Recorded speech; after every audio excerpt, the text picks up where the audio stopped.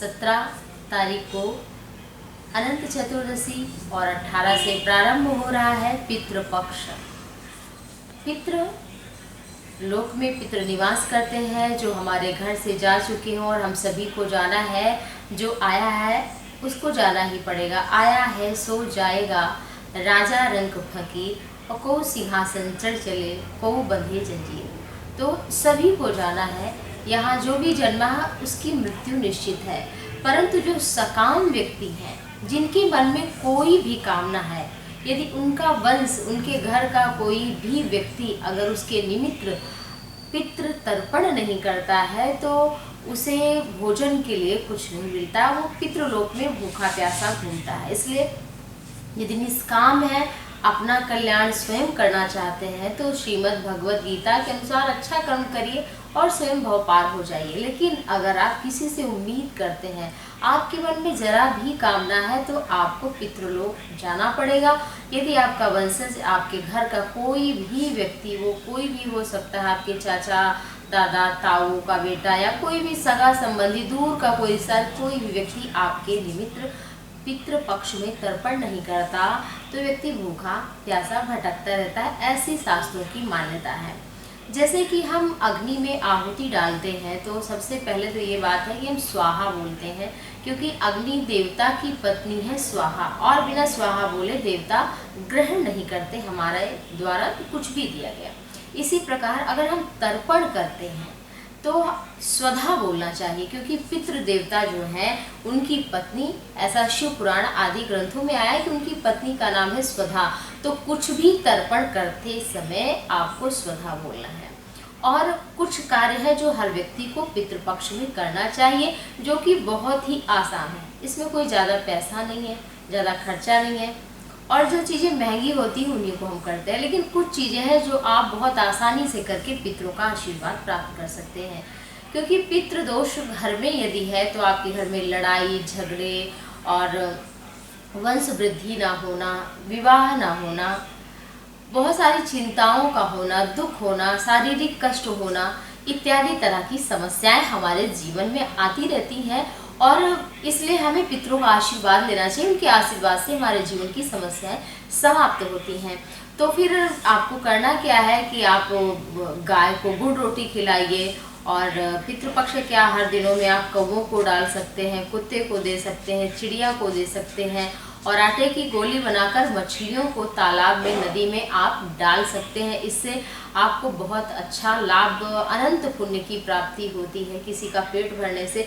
और जीव जंतु जो हमारे द्वारा पाप कर्म किए गए, हर व्यक्ति से कुछ ना कुछ पाप हो ही जाता है, जाने में अनजाने में। अनजान में ही हम जानबूझकर पाप कभी कभी नहीं करते, अनजाने में चींटियां मर जाती हैं और बहुत सारे पाप हो जाते हैं, मनसा वाचा कर्मणा। तो इसलिए जो है ये छोटे छोटे कर्म आपको बड़े बड़े विपत्ति से बचाएंगे।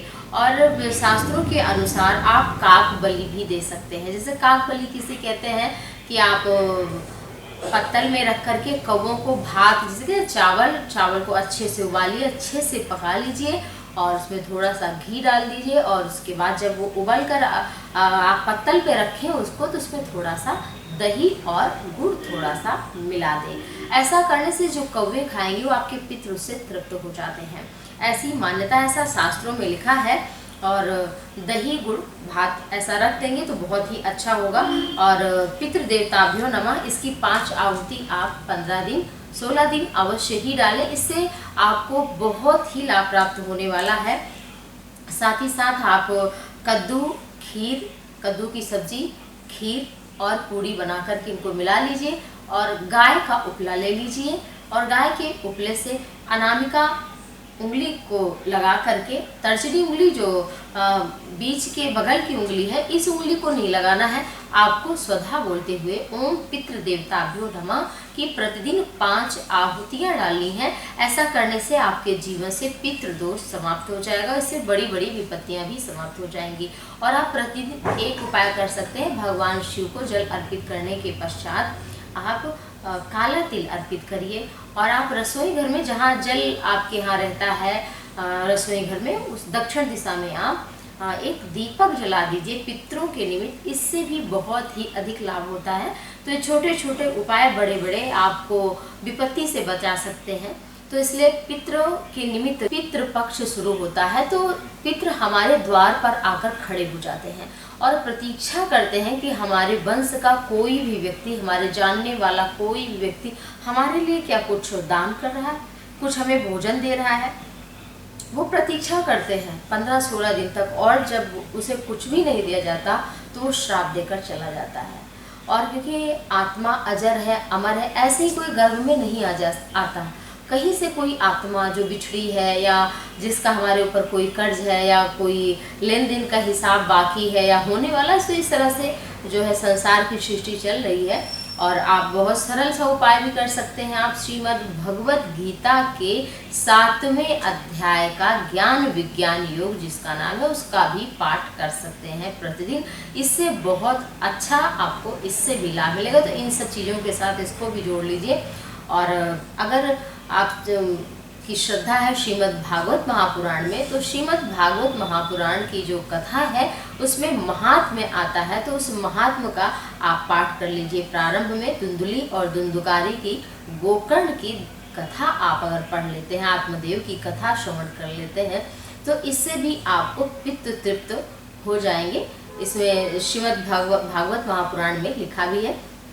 तो इन छोटे छोटे उपायों से अपने दादा से, परदादा से, अपने पितरों से आशीर्वाद लीजिए और उनके निमित्त थोड़ा सा समय निकालिए।